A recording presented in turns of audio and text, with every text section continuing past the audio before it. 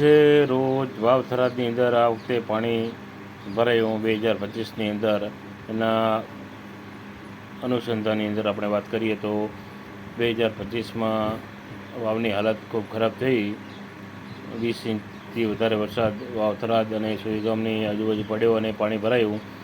તો હવે નેતાઓ લોકો આવે ને વિડીયો બનાવે છે ને ફોટા પાડે છે ને અંદર પાણીમાં જાય છે ને લોકોને મળે છે. એ ઠીક છે, મળવાની તો જરૂર છે, પણ એવું કરો કે ભવિષ્યની અંદર આ લોકોને તકલીફ ન પડે, એમને નુકસાન ન ભોગવવું પડે.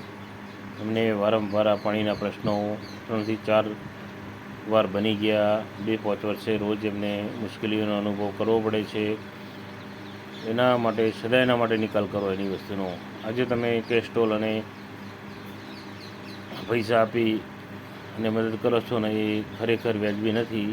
એનો કાયમી માટે નિકાલ કરો, સરકારને એવું મારું વિનંતી.